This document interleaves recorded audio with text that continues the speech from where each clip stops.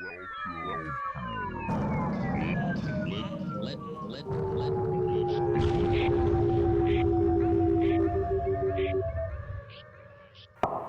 balloons. Lead balloons. The alchemy of unpopular opinions. Unpopular opinions. Yeah, I feel a little spicy today, so all bets are off. And I know that you're out to get the ladies.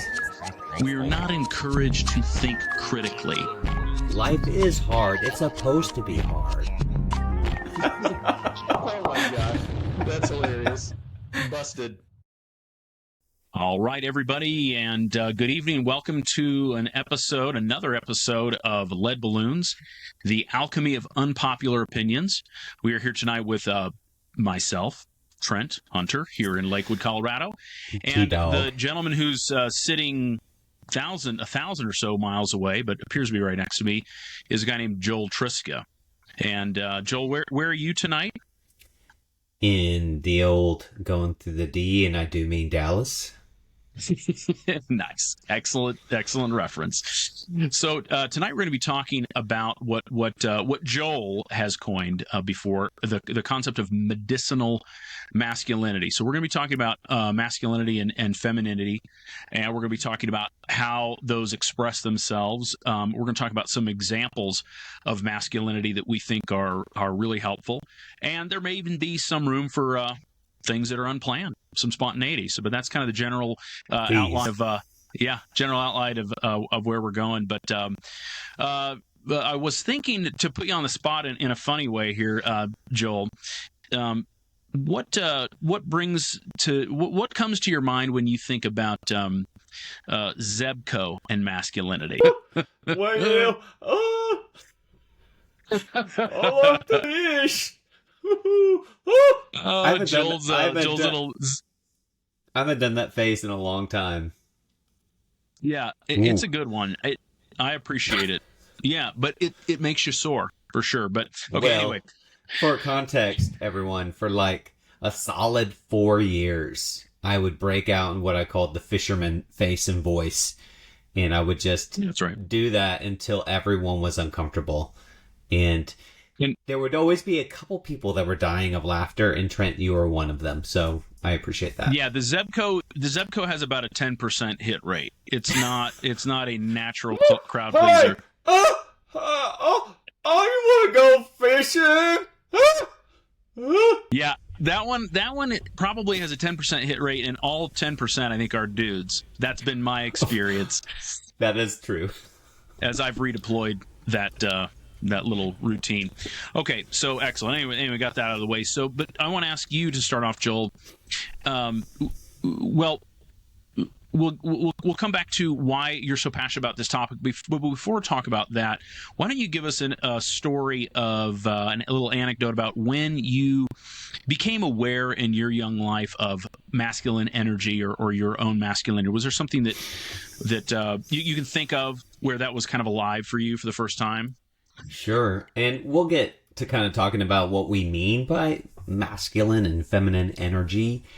But for me, my masculine energy that I began to really like experience in kind of a new and exciting and also kind of anxious way, because it's can be scary to express masculine energy or any energy for that matter. When I was in high school, the job that I did to make gas money and to pay my portion of the bills for the family in terms of like insurance and stuff like that was umpiring baseball. I was an official for baseball. I also did basketball and football and these other things, but baseball was my first. We were a baseball family. So umpiring, which has the unfortunate verb of umping, was something that I would do on the weekends and in the summer on like usually Thursday, Friday nights. And when you're doing that, I'm like this 16, 17-year-old kid out there. I am much older and wiser than these 9 and 10-year-olds, but I'm also like doing this to officiate a sport for all these adults that are like grown-ass people behind a fence. There's coaches and there's parents, and I mean, thank God for the fence, right? As I'm calling balls and strikes, safe and out. but I'm having to express a decision that has consequences, right? I have to like say, this is right and this is wrong. This is in bounds. This is out of bounds. And I am the authority. I am the authority of this entire like realm. And that was a space that was both fun, but also like had a weight to it. That when you make a decision and you assert your point of view, not everyone's going to agree with it. In fact, that's the whole point. Like, I regularly had to make decisions that people got angry with. I had to make people vehemently disagreed with. I had to like make calls, even though they had no idea what the rules were, like an infill fly roll or whatever. And I call infill fly roll, batters out, whatever. And they just argue with me. I would have to like stand my ground and just say, I made the call and that is that. We all need to move on. And so that's kind of like my first experience of like what it means to live and express my masculine energy. Yeah, that's a great one, man. That will make a man out of you in a hurry. I did my fair share of officiating baseball and other sports, and you're darn right about that. Like that's a tough gig, man. And yeah, for sure. One that I'll mention from my childhood, I think I was in like 6th grade. In 6th grade, I went to a place called Wings, working with the individual needs of gifted students, if you believe I was gifted. But every Thursday I went to this school. I'd be there for the whole day, and we took different classes and were able to explore different subjects. And anyway, I don't even remember, there was some special event. It wasn't like a particular class that I went to all the time, but there was a group of maybe like 20 of us students, and we had to break into groups of maybe 5 to 7 people. And I don't even remember exactly what the project was. I just remember that I took ownership of the project and basically sort of kind of asserted myself as a leader, and acted. It was kind of one of the first times I really felt like I was leading a group of people and using my creativity and helping people to achieve a common goal and to take initiative like that. That was a really fun time. I don't know if I really reflected on it, but I remember feeling really good and in terms of being competent at something and confident as well. Is a really fun feeling for me, and it's something to build on. Something that you have moments like that, like with umpiring, you just keep building on those. It becomes kind of a launch pad for other things. And I imagine the reverse could be true too with you. There are certain moments that can produce downward spirals and stuff. So, oh yeah, I mean, yeah, umping for me produced just as much self-doubt and insecurity, like brought those to the surface just as much as it kind of helped me practice confidence. Yeah, you're right in the kind of the eye of the storm there. Okay. Well, when you and I have had conversations in the past, this topic of masculinity and femininity has come up a good bit, and you've been quite passionate about it. Tell people, and myself as well, what it is about this topic that has animated you so much. It's a great question. I have a short answer and a long answer. I'll just start with the short answer. Like, my short answer is basically anecdotal and very personal, which is that I'm a male. I have a penis, but generally speaking, I, over the course of my life, have had much more comfortability with my expression of what I would call feminine energy. And so that for me, juxtaposed with the longer answer of living in the world that we live in, of growing up as you and I did, around reading books about what it means to be a man, what it means to be all these stories about being the head of the household, or taking charge, or standing in the gap, or fighting the good fight, all these very like masculine phrases. And there was so much like preaching and teaching around what it means to be a man that I did not resonate with, that I often felt guilt and shame because that just didn't feel right to me. It didn't feel like something that came out of me naturally. And so my own kind of discomfort with that, growing up and being very curious about what is right, what is wrong, what is good, what is bad, all these kinds of dichotomies that we were both given in the religious upbringings that we both had, and feeling like I never really fit. And that's why I think this conversation is so, I feel so passionate about it, because in my life as a pastor, when I did that for so many years, I found there were more people that had my experience than not. Yeah. Interesting. Do you think do you think that throughout your lifetime, and I imagine things have changed quite a bit for us through the decades, but do you think there's been overall good instruction in society at large, if I can use that term, about what it means to be a man, to be a woman, teaching about masculinity and femininity? You have to dig to find it. Yes, but it's not on the surface. It's kind of like the old adage, taking the meat and spit out the bones, or you kind of like have to. I find that there are some valuable teachings that are there, and I'm happy to always acknowledge when they are. But what is not acknowledged are the kind of the cultural baggage and the assumptions of almost this homogenous perspective of what it means to be male or masculine. And I find that the lack of nuance creates a lot of discomfort and confusion for people. So it's the answer I'm giving you is like, sure, I'll acknowledge the good parts, but generally speaking, it's not great. It's mostly stereotypes that I think are taught. Yeah, I think I probably agree with that. Yeah. Okay. Right. Well, we've bandied about a little bit with these terms, masculinity and femininity. It reminds me of the old Gandalf when he meets Grima Wormtongue. He says, "I have not passed through fire and water to bandy crooked words with a witless worm." I find opportunities to use that phrase as often as possible. It's a good one. Yeah. How to lose friends and not influence people with that one. So we're we're in a time when there's quite a bit of confusion about these terms, but let's try to concretize this. So can you tell me more about what you would say are traits of masculinity and traits of femininity? Let's try to define our terms a little bit. Great. And I want to be fair and say that there are qualifications to this, but I also don't want to sit here and just give a bunch of qualifications. So I'm going to assert something in terms of definitions. However, I want to acknowledge that not everyone's going to see it this way, but I do think we need a place to start.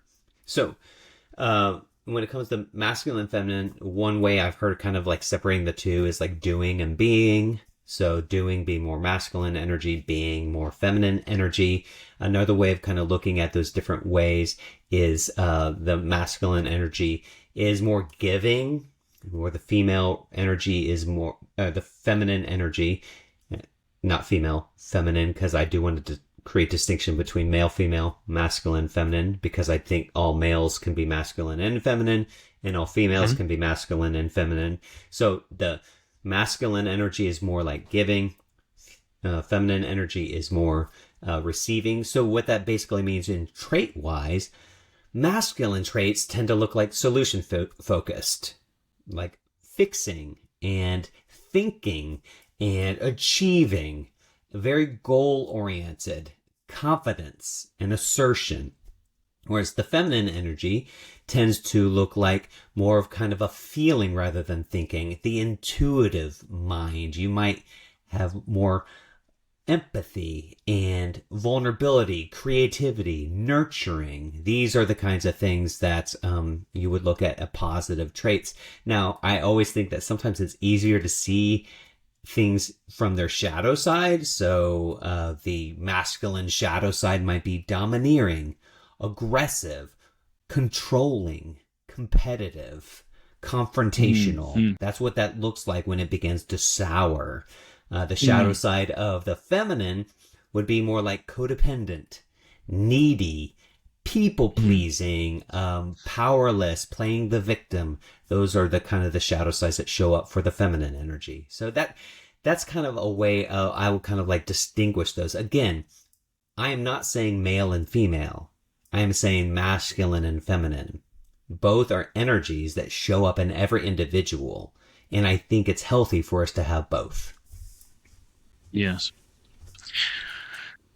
Yeah, I think that's a good summing up. And I think one of the things that I would just tag along with that is that, and you haven't contradicted this by what you've said, but everybody's going to have their own unique personality. We're going to talk more about persona and personality, but everyone's going to have their own unique expression of masculine and feminine energy. And,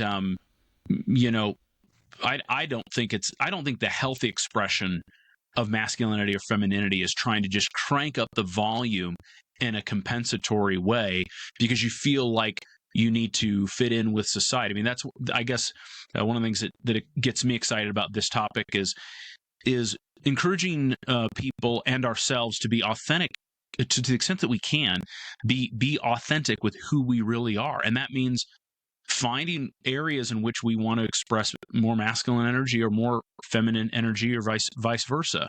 And making strides to make that happen.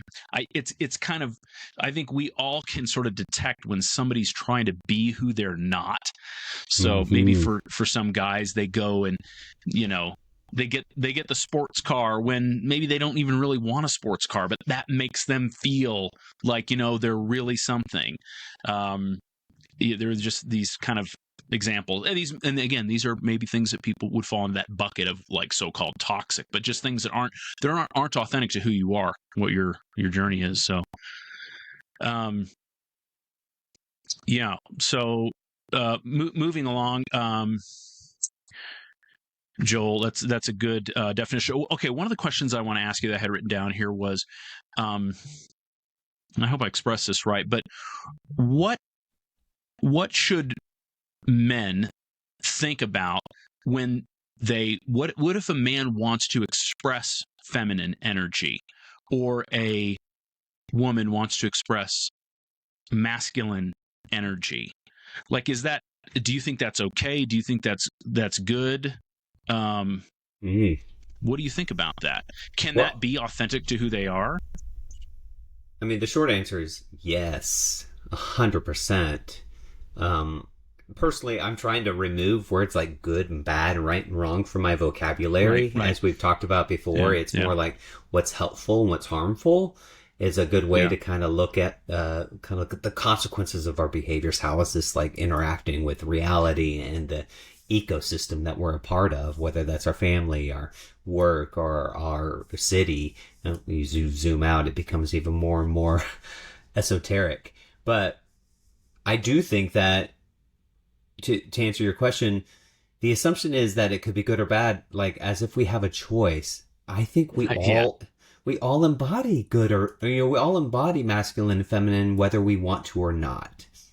Yes. One of the evolutions that I made as a pastor, I was trained very, very like stringently that being gay was sinful. And it took me a long time because I had such a commitment to scripture, and it took me a while to really kind of reinterpret, long story short, I began to read the Bible more Jewishly. That's what kind of helped me like get around some of these passages that are called problem passages, and began to like see sexuality and desire and these sorts of things in a more of a continuum rather than as a black and white. Oh, I was born with this genitalia, therefore I must express it this way. And even in nature, we see that happen. Like there's all kinds of, nature's full with all kind of fluidity around how different sexes express and those kinds of things. So what ended up happening for me is I began to see the fluidity of all of this. I began to see that this is not really binary in the way that we talk about maleness and femaleness, that there's a masculinity and a femininity that exists within all of us. Now, how that kind of like expresses, it's so complicated and so like many layers. People want to talk about genes. Well, now we're talking about epigenetics of like how genes express, and how genes express is highly dependent upon our environments. And so it's just like you start going down that rabbit hole. It's like there is not this little script that we all are following. We are not like a computer algorithm. There's too many factors going on. So when a female expresses masculine energy, I would say that's healthy. That's in her. The question isn't whether it's, if a male expresses feminine energy, that's healthy. That's in him. The question isn't whether or not they're expressing masculine and feminine energy. The question is, how are they expressing it? And is that healthy for them and for others? Is it helping or harming? And again, both of those, I think a male and a female, like a female can express toxic masculinity. Sure. Yeah. They can. Sure. I've experienced it, and it sucks just as much as a man expressing toxic masculinity. So when we talk about these things, I think it's important that we remove the genitalia, that we're talking about energies. Yeah. And maybe we can bring it back to like just the word energy. Like the word can do a lot of things, but sometimes when we say, we like the energy that somebody brings, right? Mm-hmm. We're not even necessarily thinking about whether it's a masculine or feminine energy. It's just they're bringing an energy that's exciting, that's life-giving, that seems to make everyone feel good. And it's very likely when they're doing it, although not certain, but it's likely that they're kind of acting in accord with who they're kind of designed to be, who they're supposed to be, in ways that make sense for them in this world. And which leads me to the topic of trauma. And when people experience trauma, Tony Robbins talks about this concept here, but it's not original to him, I'm sure. But when we are traumatized, a lot of times we develop masks or a persona, that kind of Greek term of the personae, a character that you adopt.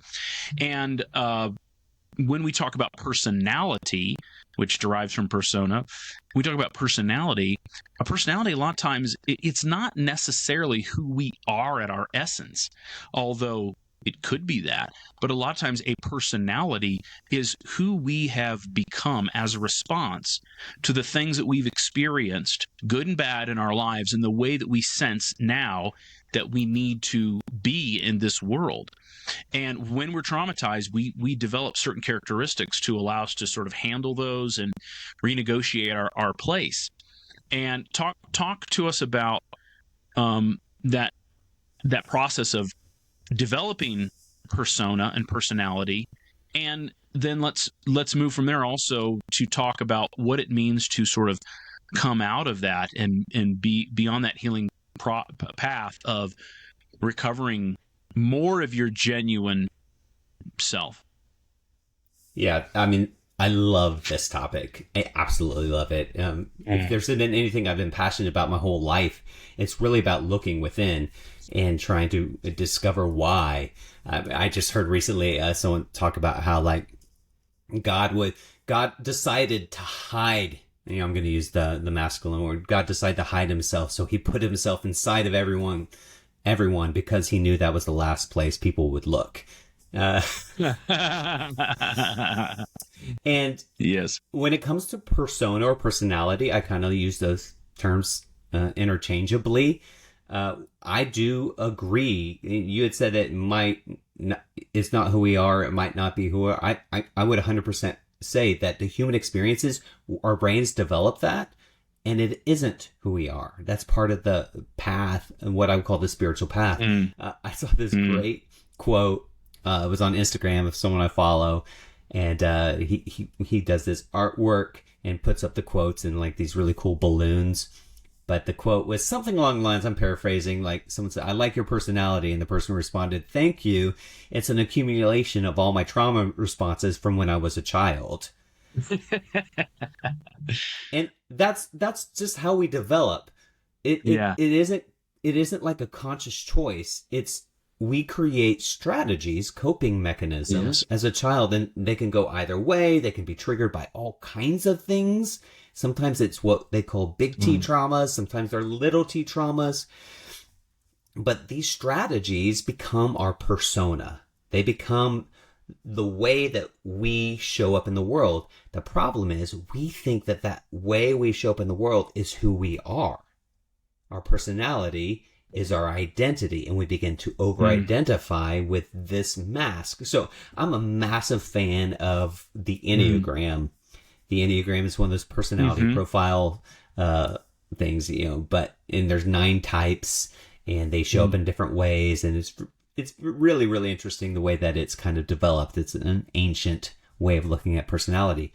But what I love most about the Enneagram is that it does not assert that this is who you are. It asserts that this is the container that you developed. And the goal of the Enneagram is not to be I'm a type 9. The goal is not to be a better type 9. The goal is to break free of my container of 9 to realize I'm actually all 9 types. We all are. But we've limited ourselves to this one way of expressing, which for me showed up as people pleasing, which me showed up as codependency, which me showed up as conflict avoiding. This is that feminine energy. I'm very good and natural with my empathy. I'm very good and natural with my listening. I'm very good and natural with my nurturing. But I also am like super manipulative with my way of trying to like get people to like me. And so this is what I would call like feminine energy, but it also has been attached to the container of my persona. And the truth is, it's not who I actually am. It's just the wiring, the coding that I'm most familiar with. I think that there's some overlap between us. I think that I'm also fairly an empathic person and struggle with being a people pleaser. And years ago, I was in a therapy session, and I had a really wise therapist and very attentive. And I was recounting a story of something that was difficult and traumatic that had happened to me when I was younger. And when I was sharing that story, I didn't realize it, but I was like smiling, and I had like that nervous laughter as I was telling, something that was not pleasant at all. And I remember my therapist said, you realize when you tell me these things that you're smiling. And he's like, why do you think you do that? It was such a good observation, and it was so good to hear him say that. And I feel like it helped me to make progress in that area. And it was like, wow, I've done that, because when I feel uncomfortable, I don't want people to have to deal with my discomfort. I feel like, if I express sadness or frustration or anger, people won't be able to handle that. And that was a really good awakening for me. So, it's like you mitigate it for them. I take care of them while I'm in a situation where I'm sort of, in a sense, needy to be taken care of. Yeah, it's messed up. Yeah, so it's a growth. We're doing the best we can, man. We're doing what we can. Yeah. So thanks for sharing that. Yeah, buddy.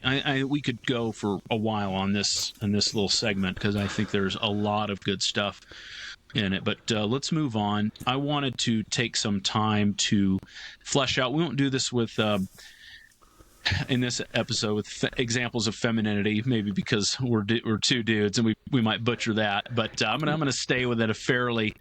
I'm gonna rein back a little bit of the lead balloonishness of this conversation, but hopefully this will still be some hard hitting good stuff. But I want to talk about examples of masculinity that would be good for us to consider as a culture, and to do that, I want to preface it by making reference to somebody I've already referenced, the psychoanalyst Adam Phillips. And in an interview, he was talking about how important it is as adults that we continue to sort of reevaluate who we're becoming as human beings. And he talks about the need to have this cultural conversation about, I'm doing somewhat of a specific quote here, but he talks about having a conversation in which we would put forward pictures of good lives and pictures that aren't set up to humiliate us. These wouldn't be ideals, but rather ideas that are transformable, that are genuinely attainable, non-diminishing, but as he says, keep alive the prospect that we don't know who we might become, and that who we want to be is very important. I felt like that quote was very inspiring and life-giving. That even till the day before we die, we're still growing, we're still learning, and that we want to be something better. We want to grow into ourselves, and so with that sort of as a backdrop, let's talk about. I'm going to ask you. Maybe we do this, Joel, because I think we both came with some lists here. So maybe we can like ping pong. So I'm not speaking on my own for quite a while. Maybe we can ping pong. I'm going to make a comment about like an example, and then maybe you can respond to that, and then chime in if that works. Anyway, we'll see about that. That works for me. Yeah, let's do it. Okay. So the first one that I thought about with respect to, and some of these aren't really that novel, but they're good to say again. But one of the things I think that is defining for masculinity is overcoming obstacles to achieve a goal. Yeah. They've actually done like studies to show that as a guy, when you face a challenge and you overcome it, there's like a testosterone gain that you get from that experience of doing something, whether it's winning a game or just doing something that you didn't think you could. Like, for example, I work my day job as a handyman, and the other day I got hired to install an ice maker in a fridge, and I'd never done that before. And you don't have to be a refrigerator repairman to do it, but I didn't really know what I was doing. I remember I was working on it for like a half hour, couldn't figure it out, and I wanted to quit. And I was about ready to quit, actually, because I thought I was going to do more harm than good. Anyway, kept after it, tried to problem solve. And at the end of the day, I was able to do it. And it was such a great feeling, to do something I didn't think I was going to do and push through. And I think that builds your confidence as a man. I love that. And I would argue that also can show up for women, and it's masculine. Me and my fiance, Poonam, we just had a friend over the other day, and she is gay. She's lesbian, and she's from like rural like West Texas kind of area. And when she came out, it was not well received by her family. And but she talks about how like she only has sisters, but she's the one who like helps her dad with the guy stuff, like going out and helping a cow birth a calf. Or she told her dad the other day, hey, I killed that rat snake the other day. Good job, And so it's just sometimes that masculine energy, and she talked, when she was telling the story to us last night, it's just kind of like, she said, and my sisters, they're back at the home, taking care of the kids kind of thing. Yeah. And that's again where I think like the stereotypes of our culture that put maleness, they collapse. Masculinity with maleness, and they collapse femininity with femaleness. And that's, again, I think is problematic and makes our lives very confusing when we begin to realize we have both inside of us, and it's okay to express both of those from whatever gender we happen to be. So, I'll throw out, like, I'm going to use the, one of my favorite books. Is this my tied for first place on books about masculinity. This is written by Father Richard Rohr, Franciscan priest. It's called Adam's Return, the 5 Promises of Male Initiation. And so you can share your things, Trent. I'm going to break down the 5. Sure. I'll do the first 2, the second 2, and the last one. But the first 2 lessons, and this is what Richard Rohr studied, looking at mostly indigenous people groups throughout the centuries. What did they do to initiate their males? So most of these indigenous people groups, they have initiation rites for male and female. But what were the initiation rites that led to childhood to adulthood? Here in modern America, we don't have any of these. We have this weird, like, gray area called adolescence, and now it's called adultescence, as people are still living like children into their mid-20s. So back in the ancient world, it was you were a child, and one day now you're an adult. We as the whole tribe recognize you as a contributing adult. And what was a male initiation right? And the first two are life is hard and you are not important, which feel really harsh, but they're so life-giving in my opinion because they're so honest about reality, that life isn't easy. And life is not about me.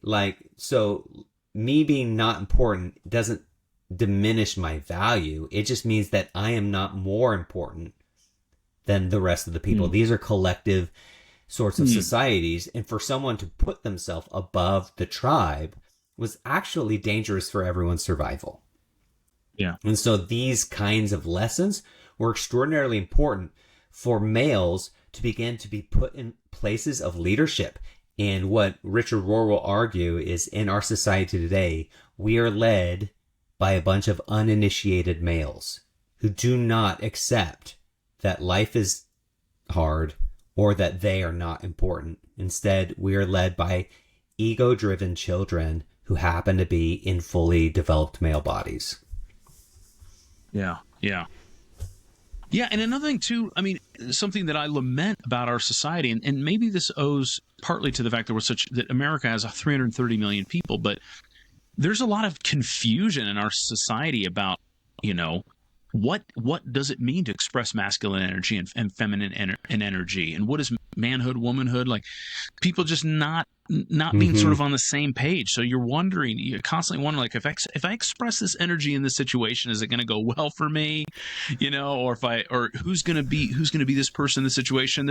Whereas in some of these smaller band societies, it does seem, although they're definitely far from perfect, but one of the things they probably have on us is it's kind of well understood what your responsibility to the group exactly is, and certain forms of behavior that are going to be conducive to that. And in our society, where sort of we trumpet individuality, people feel like there's not really a standard, to necessarily aspire to. I can just behave like a bozo. Yeah. So. One of the ones that this could go a little bit with overcoming obstacles to achieve a goal, but I have found that initiating an interaction that is scary but needs to happen. Tim Ferriss talks about do something every day that scares you. I don't know if I tried that, but I have found that the conversation that gives you stomach knots, that gives you butterflies, that you're scared to have, is probably the one that you need to have. That will be life-giving, that will make you, that will free you up, and you'll learn things about yourself and about other people. And it's when you postpone, difficult interactions, a lot of times that problems get bigger and fester bigger than they need to, and fester. So that's one. I really like that. That reminds me, there's a book by Harriet Lerner. I think it's called The Dance of Fear. I hope I'm getting that right, because I'm kind of shooting from the hip, and it's been a while since I've read it. But Brene Brown talks about Harriet Lerner, how she really inspired a lot of the work that she does around shame and vulnerability. But Harriet Lerner talks about working with a patient who was terrified of rejection, and sent him on this exercise to go out and ask ridiculous things of people. Go out to the mall and just ask women to get coffee, or ask someone if they'll let do a little dance out there or whatever, and just experience rejection, and to think that it's okay. It's okay to be rejected, and do something that, to me, that is the scariest shit on the planet to me, is to risk rejection. And so I love you saying that, scary but needs to happen, because that means that I can have conversations that my intuition tells me I need to have, but my persona is saying, no, don't do that. Don't do that. They're going to be mad at you. Right. Yeah.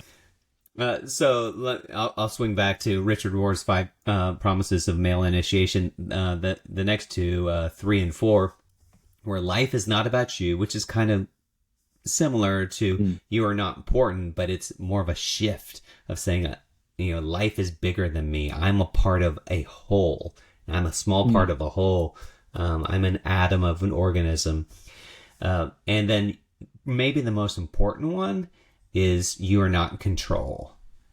Mm. And that lesson for what I would call medicinal masculinity is so vital. The most toxic masculinity that I see in our world is control, some form of controlling behavior. It is based in some belief that I need to be in control. Now, not all the time is controlling behavior like some desire to have dominion.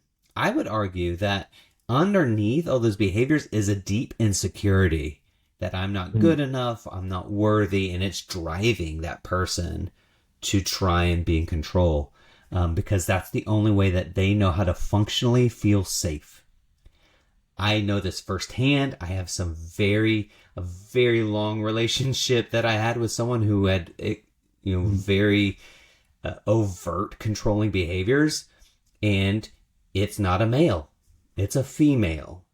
And she expressed this, only felt safe and then she would fill in the blank, but it was always some form of being in control of the environment, being in control of my behaviors, being in control of something. And it was, to me, that toxic masculinity was driven down to not willing to accept this lesson of male initiation rites of you are not in control. No one is. All forms of control are illusions. All of them are. Yeah. Good stuff, buddy. Okay, so I'm going to share one more and then let you finish off, round out the list. But this is something that'll get me kind of stirred up. But I am, as an individual, I for my job and just for my life, I like to strength train. And I try to get to the gym as regularly as I can to lift heavy weights and all that. And I enjoy it and find that it's really useful. But I hear a lot of excessive attention given to the training of the body and getting strong and getting buff and doping and all these kinds of things, as if that was the most important thing, not realizing the fact that as a species, pound for pound, we're really not that impressive as a species, physically speaking. The gorillas got us beat. A chimpanzee half of my size would tear me literally limb from limb. So we're really not that special. So what I wanted to focus on, I want to say it this way, that another aspect of masculinity, another expression of it that's exemplary is that smart trumps strong. I believe that the smart decision it also ends up being the strong one, but smart trumps strong. Somebody who has superior weaponry on the battlefield that reflects years and years of intelligent innovation is going to usually defeat somebody with a rifle is probably going to defeat somebody with a bow and arrow. So applying our intelligence to an issue, reading a book about something, having great conversations is, in my mind, a manly thing to do. Just going and getting jacked at the gym and all these kinds of things and puffing your chest out and revving your engine and doing all the kinds of machismo things that guys want to do are not as impressive in my mind. And we talked about this with the work in our work podcast. They talk about I got to hard work. I got to work. Would you rather somebody who's that way? Or would you rather somebody who's intelligently applying themselves to solving problems, slowing down? We've all been in situations, too, where the person that we look to, that we respect, that we feel safe around is the person who can calm themselves down, solve a problem, and get you out of a situation. That is a mensch right there. Not the person who gets all flying around and nervous and frenetic and angry and yelling at people. The person who pull their voice down, solve a problem. I like that. I love that. Absolutely. It made me think of the book by Malcolm Gladwell, David and Goliath. Have you read that one? No, I've not. It's the whole idea that he flips the idea that David is actually not the underdog in the story. David chose a slingshot, which will always beat someone carrying a sword. Yeah.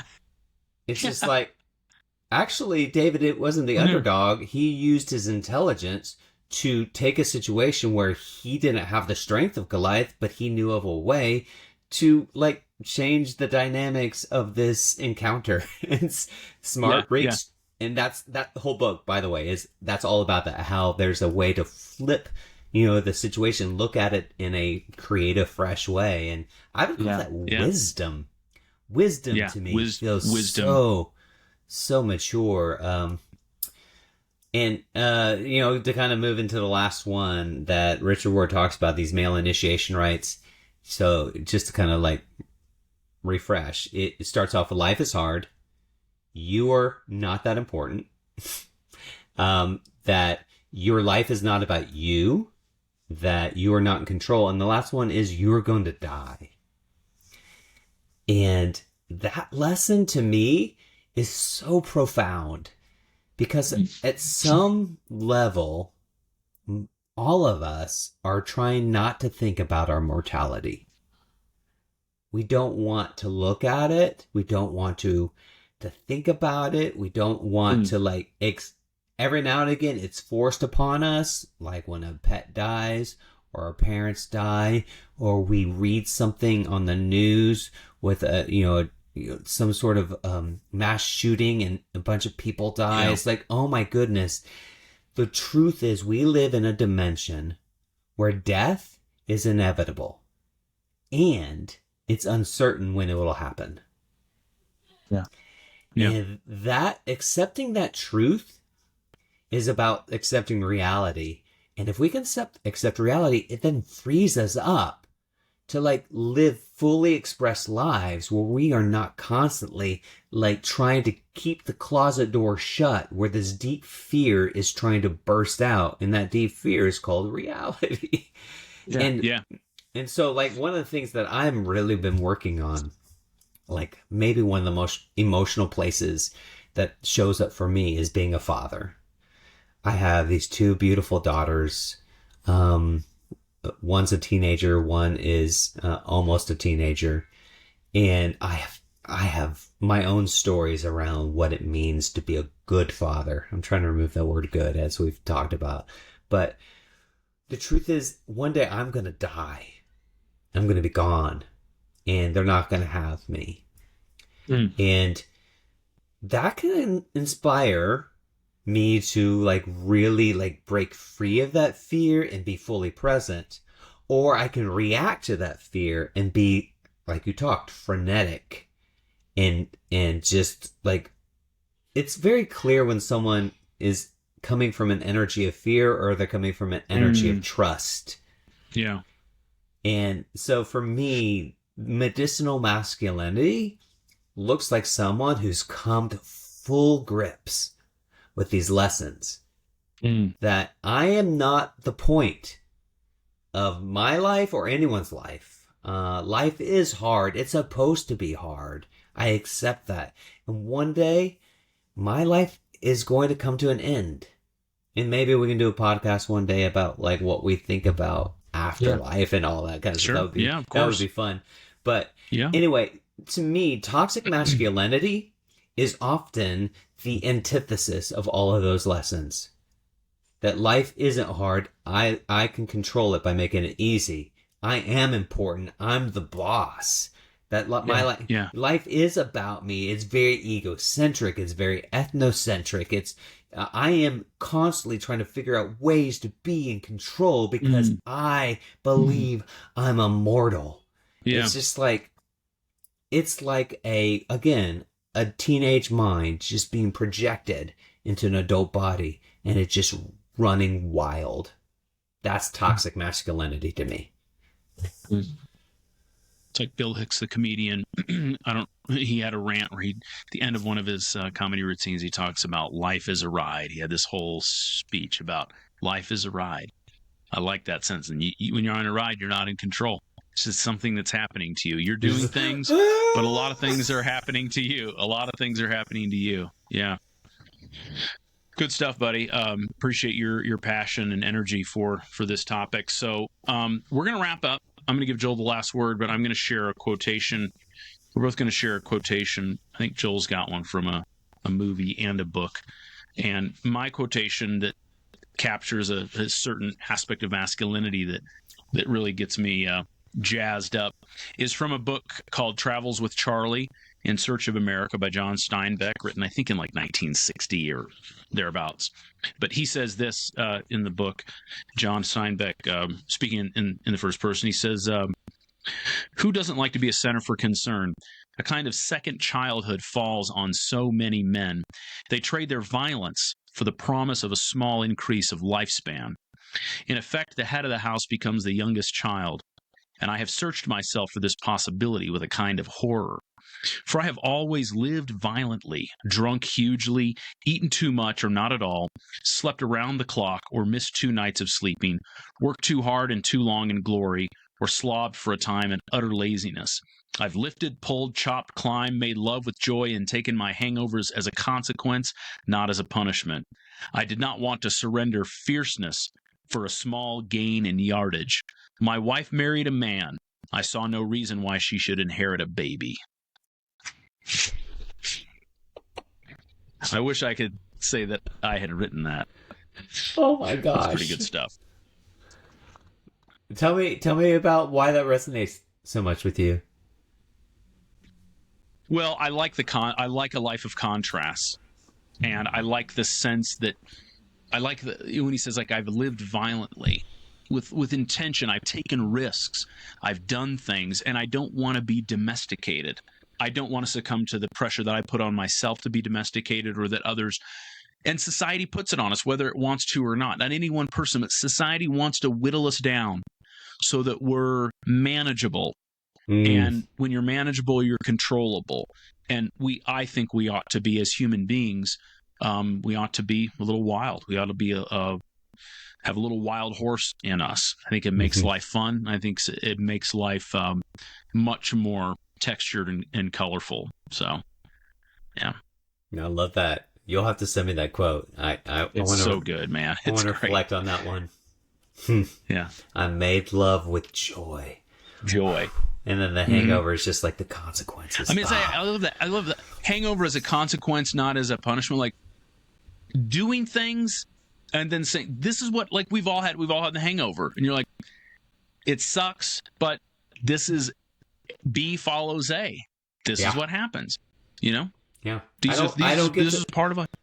I don't get to jump off the roof as a kid and not feel the ground. Yeah, that's right. Yeah, exactly. Yeah. I get to fly for a second, but I also have to, like, come down to That's earth. right. Yeah, exactly. That's really good. When you asked me to think about, like, a quotation or for something, and when it comes to masculinity, I mean, full disclosure, I am a massive Harry Potter fan. I love those books, and I know you haven't read them because you're a heretic. But Dumbledore is one of my favorite characters of all time. And he is known throughout the books. The quote is, he's the only one that he who must not be named, Lord Voldemort, is afraid of. And here's this evil wizard who is the epitome of toxic masculinity, who is the epitome of just power-seeking, egocentric, completely about, like, manipulation and just, like, doesn't care what harm he does. In fact, spoiler alert, if you haven't read the books by now, I mean, that's your fault. But at the end of the book, like, Harry has a confrontation with him in which he's just like, Voldemort, you can save yourselves if you want to. I'm about to kill you, but you can save yourself. Be a man. Try for some remorse for what you did. That's basically like his saving grace is to experience remorse, and he won't. Yet he's afraid of Dumbledore, who is this, like, calm philosopher throughout the whole book. All the books, just this very calm, rational, extraordinarily gifted philosopher. However, there are moments in the books, and I'm thinking of one in, I think it's the 4th book, Goblet of Fire, where Dumbledore comes bursting in the room to intervene on Harry being attacked by one of his professors who wasn't who he thought he was. This is Mad-Eye Moody. But in that moment, Harry says, and I saw the look of anger and rage in his face. And I finally understood why people say that he was the only man that he who must not be named was afraid of. That underneath that just calm and that just control of himself, there was a sense of just like, I will not tolerate harm. And that to me is something that I feel this fierceness inside of me. But the fierceness doesn't show up as aggression. The fierceness shows up as protection. And that to me, I think, is medicinal masculinity. One of the expressions of it. Big time. Big time. Well, ladies and gentlemen, this concludes another glorious, beautiful, enriching, and fantastic episode of Lead Balloons, the alchemy of unpopular opinions. Thank you for joining us. Signing off. Peace.